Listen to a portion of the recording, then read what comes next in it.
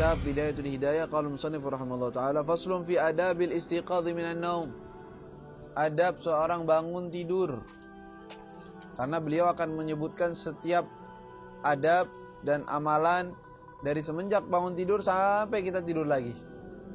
Pertama dimulai dengan bangun tidur. Kata beliau, fa idza stayqadta minan naumi fajtahid an tastayqidha qabla tulu'il fajri. Pertama, adab seorang yang bangun dari tidur, hendaknya engkau usahakan, ijtahid. Usahakan, namanya usaha berarti ada kesulitan ya. Yang namanya usaha, kalau nggak ada usaha sih namanya bukan, nggak ada kesulitan bukan usaha namanya, itu sih gampang. Ya, fajtahid kata beliau, usahakan engkau bangun sebelum fajar. Sebelum fajar. Bukan sebelum sesudah terbit matahari. Usahakan bangun sebelum fajar. Apa itu fajar? Adzan subuh lah kalau kita tuh bahasa kita. Sebelumnya kalau bisa. Seperempat jam, setengah jam, 1 jam. 1 jam mau ngapain ya? Katanya orang-orang yang nggak tahu ngapain tuh. Mau ngapain tadi? Mau ngapain gitu? Para aulia Allah sibuk tuh waktu itu. Paling suka waktu malam. Kalau orang yang lalai paling seneng waktu malam kayak gitu, waktu tidur. Tidur paling enak katanya.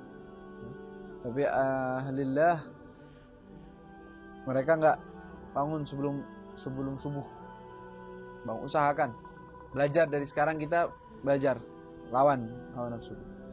Pertama dengan cara tidak begadang. Tidur jam 2, jam setengah 1, jam 1. Mau bangun sebelum subuh, ya berat. Habis itu ente mau sekolah, habis itu mau jalan, ya berat. Ya. Tapi tidur usahakan sebelum jam 12 sudah pulang, udah tidur, istirahat. Agak bisa bangun. Dan kalau bisa ada tidur siang walaupun sedikit. Khususnya yang tidurnya sudah malam ya, kurang. Hendaknya ada tidur siang. Itu membantu untuk bangun. Itu salah satu caranya. Pertama tekad. Paling utama punya tekad. Mau. Bukannya kalau nggak mau, ya mau tidur paling cepat jam 8 tidurnya, mau makannya sedikit, mau ini, tapi nggak ada tekad, ya tidur juga tetap bablas. Yang penting tekadnya dulu. Mau, Anda mau bangun, harus bisa bangun sebelum subuh. Nah, sekarang Anda mau belajar sebelum subuh 10 menit misalnya. 10 menit sebelum subuh Anda udah keluar, udah bangun, udah masuk kamar mandi, kalau bisa sholat 2 rakaat, kalau nggak bisa, yang penting wudu sebelum subuh Anda udah bangun. Itu dulu langkah pertama. Oh alhamdulillah Anda udah bisa begitu, tambahin sedikit, setengah jam sebelum subuh. Bangun ngapain nanti kalau setengah jam sebelum subuh? Hah? Nonton bola. Hah? Kalau ada bola bangun gitu. Atau update status, alhamdulillah, masya Allah, Anda sekarang bangun. Ya mulai pamer juga, ya Allah, status bangun pamer. Bangun tidur pamer, mau tidur pamer, nggak bisa tidur pamer juga, ngasih tahu orang. Jangan kebiasaan begitu. Jangan biasa begitu. Jangan sibuk sama orang, sibuk sama Allah aja. Jangan ikut-ikutan orang juga. Orang-orang begitu kita lihat, oh, masya Allah, ini capek ya, ini capek banget. Apa ente laporan ke siapa sekarang? Jangan begitu. Bangun sebelum subuh. Apa yang ente bisa perbuat? Pertama, ente berwudu, berzikir kepada Allah SWT, sholat 2 rakaat kalau bisa. Setelah sholat 2 rakaat, kalau ente sudah sholat witir, sholat 2 rakaat. Lillah SWT, melengkapi sholat witir juga boleh. Kalau belum lengkap. Setelah itu apa? Istighfar, banyak istighfar.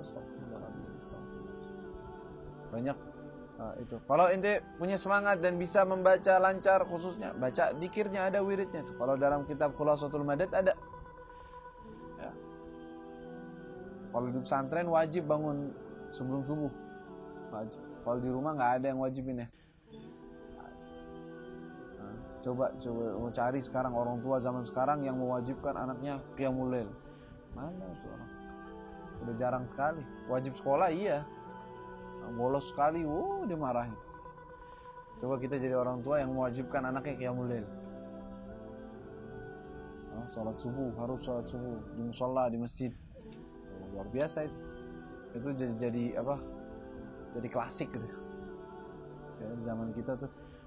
Tapi ini kita amalin dah insyaallah. Niatkan. Bangun kata beliau, "Staigid qabla al-fajri." Qabla tulu al-fajr. Ya, sebelum terbitnya. Wal yakun awwal ma yajri ala qalbik. Hendaknya yang pertama kali yang terlintas dalam hatimu adalah apa? Zikrullah, mengingat Allah Subhanahu wa taala. Alhamdulillah alladzi ahyana. Mengingat dengan paham artinya, itu tadi itu artinya. Alhamdulillah alladzi ahyana ba'da ma amatana nusyur, kalau yang hafal biasa. Atau dengan doa ini. PR berarti kita nih sekarang. PR-nya besok bangun tidur, doa ini, kitab ini taruh di sebelahnya ente. Panjang ente sebelah. Kasih tanda dah. Oh, alhamdulillah. Oh, sebelum subuh alhamdulillah bisa ngamalin dah. Sesudah subuh udah enggak apa-apa. Ambil nih bukunya, buka, baca deh. Ya. Asbahna wa asbahal mulku lillah wal 'azamatu was sultanu lillah wal 'izzatu wal qudratu lillahi rabbil alamin. Asbahna ala fitratil Islam wa ala kalimatil ikhlas. Dibaca semua. Ya. Wa ala din nabiyina Muhammad sallallahu alaihi wasallam wa ala millat abina Ibrahim hanifan musliman wa ma kana minal musyrikin. Allahumma bika asbahna wa bika amsayna wa bika nahya wa bika namut wa ilaikan nusyur. Allahumma inna nas'aluka. Mungkin yang dalam kitab ente terbalik-balik, enggak apa-apa dah, amalin yang ada dalam kitab ente. Terbalik-balik sedikit enggak masalah, yang penting kebaca. Yang masalah tuh enggak dibaca sama sekali. Itu masalah tuh. Buat apa kita? Tahu ini tuh balik, oh ini beda. Amalin enggak? Ya, sama aja bohong. Buat apa ini urusannya? Ini kitab untuk diamalin ya. Jadi besok ya kita tanya tuh, ya yang ngamalin siapa? Insya Allah nggak ada yang lupa. Ya, kalau bisa ditulis, ente tulis ulang lagi, ditaruh di tempat tidur ente. Oh, ahsan, lebih bagus. Ya, nggak bisa, ya, minimal kitabnya dah taruh ente. Taruh bangun tidur baca. Ya, nasaluka khairan hadhihi wa khairan ma fi, wa na'udzu min syarri hadhihi wa syarri ma fi. Ya, itu dibaca. Belajar untuk mengamalkan. Siap? InsyaAllah amalin. Ada nggak di kitab ente? Udah diartiin kemarin? Artinya ada juga? Hah? Semuanya? Oh ada tuh. Baik. Ya, kalau sudah, kata beliau sudah. Yang pertama adalah zikrullah subhanahu wa ta'ala, baca doa ini. Baca doa. Alhamdulillah, amalin. Terus apa lagi? Fa idza labista thiyabak. Nah, kalau seandainya biasanya kan awal pagi ente mau ngapain? Pasti pakai baju, mau keluar nih, mau salat subuh. Ya kan? Atau mau sholat subuh. Dan usahakan sholat subuh berjamaah. Jangan sholat sendiri. Dan usahakan di masjid atau di musola. Sekitar di rumah usahakan, jangan di rumah. Di luar. Belajar untuk sholat di luar. Jangan malas. Udah sholat di rumah aja. Sholat juga yang penting saya nggak dosa. Jangan. Lu musola buat siapa? Kalau lagi acara doang. Keluar musola. Dari sekarang niatin sholat subuh berjamaah di masjid atau musola sekitar kita. Hadir di situ. Sholat. Isi musola gitu. Jangan terpengaruh sama omongan orang. Masya Allah sekarang hari ini sholat di masjid, Masya Allah. Anak kalau di masjid, dipuji-puji orang, mendingan di rumah dah. Ikhlas. Ya, nanti dibohongin lagi sama setan.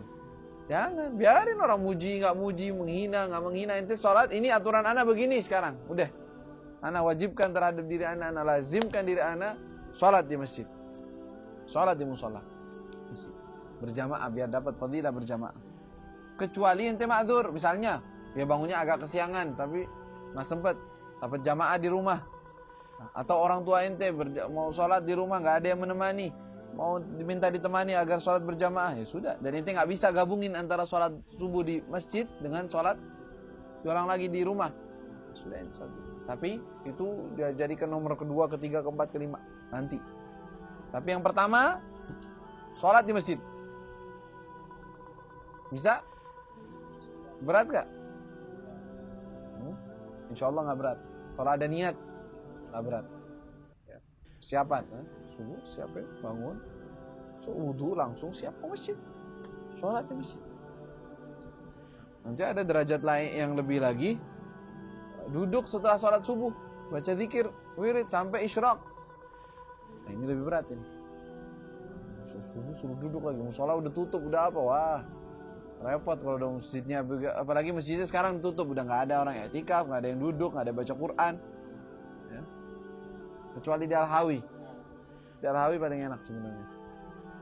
Al-Hawi ini ada santrinya, jadi habis sholat subuh mereka ada zikirnya, ada baca Qurannya, sampai deket terbit matahari, ada taklim juga setelahnya. Kalau masjid yang lain itu diusir, udah mau tutup nih. Masjidnya mau tutup udah. Ya nggak apa-apa, ente pulang ke rumah, ente baca zikirnya, ente selesaikan. Ya. Itu lebih afdal amalannya para aulia, para salihin, orang-orang yang ini mau menjaga umur mereka begitu. Habis sholat subuh nggak tidur lagi udah, nggak tidur lagi sampai isyraq. Kalau memang ente ada kerjaan, fadhal silahkan kerja, siap-siap juga. Kalau ente nggak punya kerjaan, ya sudah, setelah isyraq ente mau tidur, mau apa istirahat terserah. Tergantung keadaan nanti. Misalkan dia punya sekolah nanti siang, pagi nggak punya apa-apa, jangan diterjang tidur semua. Mungkin subuhnya juga lewat nanti deh, sekalian bangun. Katanya anak nggak sekolah, jangan begitu. Subuh tetap salat subuh. Nah, kalau bisa duduk sampai isyraq, itu kalau bisa lebih bagus. Dan itu faedahnya, ya, yang duniawinya aja melapangkan rezeki, membuat rezekinya tuh berkah. Bukan cuma lapang rezeki berarti duitnya banyak, bukan. Rezekinya berkah. Berkah itu berarti rezeki yang ente dapetin buat taat kepada Allah SWT, nggak buat ente bermaksiat. Rezeki yang ente dapetin, ya, nafkah halal untuk keluarga ente dan membuat mereka jadi orang-orang yang soleh, yang baik. Itu berkah namanya. Kalau nggak berkah, duit banyak, anak-anaknya, waliyadzubillah, jadi pecandu. Faedah duit banyak kalau begitu. Faedahnya apa? Duit banyak, anak-anaknya jadi senengnya balap-balapan motor, balapan ini. Ya, faedahnya duitnya nggak bener. Nah, walaupun dia kerjanya halal, ya, tapi nggak ada berkahnya. Hapus berkah. Apalagi yang haram, kalau udah haram udah jelas ya. Oh ya udah, anak bangun subuh sampai isyraq, tapi kerjaan anak haram, gimana? Ya nggak bisa, enak aja. Ini mau nyuci apaan nanti? Nah, pencucian uang yang kira. Yang haram ya haram, halal bayin, haram bayin, nggak bisa. Dapat keberkahan iya, tapi kan kalau dia haram ya haram juga, nggak boleh, dosa, nggak bisa. Orang sih nggak pernah tidur, ngapain? Habis isyraq nyari-nyari motor-motor yang bisa dicuri. Ya Allah, ini sih mencuri. Nggak berkah, nggak ada berkahnya. Ya. Haram. Ya. Taib, gala di sini dia bilang, fa idza labista thiyabaka fanwi bihim tithala amrillah. Kalau ente udah pakai baju, mau sholat, pergi, mau kemana aja, mau kerja, bahkan ketika pakai baju ada niatnya. Apa niatnya? Imtithal amrillah, mengikuti. Oh, memang Allah perintahin ente pakai baju? Iya, perintahkan. Kan satrul aurah wajib. Iya kan? Satrul aurah, pertama yang aurat ini wajib hukum. Berarti perintah dari Allah SWT. Perintah ini Allah suruh turun. Dan Allah juga perintahkan untuk kita menggunakan pakaian yang baik, yang bagus ketika kita untuk sholat ke masjid. Ya bani Adam, khudhu zinatakum inda kulli masjid. Ketika setiap kalian mau pergi ke masjid, setiap kalian mau sholat, mau beribadah kepada Allah, khudhu zinatakum, ambil perhiasan kalian, pakaian yang bagusnya, ya. Kita pakai, itu pakai berniat untuk mengikuti perintah Allah SWT. Yang pertama, fi satri auratik, dalam menutup auratmu. Dan hati-hati jangan sampai niatmu, tujuanmu untuk apa? Mura'atul khalqi, pakai pakaian. Kenapa? Biar tunjukin, pamer sama orang. Tunjukin buat orang-orang, nih anak tuh orang punya sekarang. Kalau sekarang sih, kalau buat pakaian kayaknya sih nggak terlalu ya. Di kita nih, di zaman kita ini pakaian tidak terlalu dijadikan sebagai bahan untuk dia sombong, pamer. Jarang. Tapi sekarang itu pamernya pakai handphone, sesuatu gitu, kendaraan, itu pamer. Maka kalau dia maksudnya adalah sombong dan mura'ah, ingin ditunjuk oleh orang dan untuk disanjung oleh orang, haram hukum. Sombong soalnya. Tapi kalau anak cuman punya aja pakaian bagus, cuman punya aja handphone bagus, atau punya aja kendaraan bagus, nggak buat sombong, nggak apa, alhamdulillah, nikmat dari Allah. Dosa atau tidak? Tidak. nggak dosa. Boleh aja orang punya pakaian bagus, tempat bagus, kendaraan bagus, nggak sarana bagus, nggak masalah. Tapi niatkan bukan untuk sombongkan diri kepada orang lain, pamer sama orang. Kalau orang dulu pakaian lain, ya. Dulu orang-orang fuqara kelihatan dari pakaiannya udah kelihatan ya, ini orang nggak punya duit. Kenapa? Pakaiannya itu aja, nggak berwarna. Warnanya apa? Warna alami udah. Karena dulu pakaian diwarnain. Ya, dulu tuh semua orang kalau mau pakai baju itu dia susah kadang-kadang beli kain, bahkan dia yang cari kapuknya, kapasnya, itu yang bahannya nanti dibikin. Baru jadi pakaian, baru jadi kain. Ada yang kasar bahannya, nggak enak. Itu dulu diwarnain, mau diwarnain, dicelup-celup dulu warna, tabung, pukul-pukulin apa, digitu-gituin, nanti baru jadi warna, ya, baru keren. Itu orang dulu, makanya kelihatan orang kaya pakaiannya lain, orang miskin pakaian lain. Kalau sekarang sih kurang lebih lah, ya, kecuali kalau orang-orang tertentu dalam pakaian-pakaian tertentu ada. Nah, tahu nih, mereknya apa nih? Ini merek terkenal nih, punya. Sepatunya merek apa nggak tahu, 1 juta sepatunya doang. Pakai celana nggak tahu, dalemannya juga beda, bermerek juga. Bermerek mau ngapain itu? Pamerin juga dikit, kelihatan. Kadang-kadang. Gara-gara merek, katanya. Ini bahaya itu, kayak gitu penyakit orang. Ya. Apalagi di zaman kita yang udah hilang yang namanya akhlak, yang namanya ini udah begitu, sombong-sombongan. Maka itu dosa. Makanya terus niat kita apa? Kalau pakai baju khususnya niatkan untuk satrul aurah, lalu untuk berdandan untuk Allah Subhanahu wa taala. Pertama kali untuk berdandan untuk Allah, bukan untuk orang. Tapi boleh nggak berdandan untuk orang? Ya boleh aja, boleh sebenarnya. Saya mau wangi, saya mau bagus, saya mau cakep, kelihatan rapi, untuk dilihat orang enak, nggak masalah. Yang masalah itu untuk menyombongkan diri, ya, biar lihat anak tuh orangnya masya Allah, biar tahu mereka, biar hormatin anak, buat hargain anak. Nah, itu penyakit lain itu. Tapi aslinya seorang berpakaian tujuannya untuk membuat nyaman orang-orang sekitarnya, buat seneng orang sekitar, nggak masalah. Tapi yang paling afdal dia niatkan untuk imtithal amrillah, dan juga dia ingin berdandan dan bersih-bersih dan memperbagus diri di hadapan Allah Subhanahu wa taala. Hakadha wallahu taala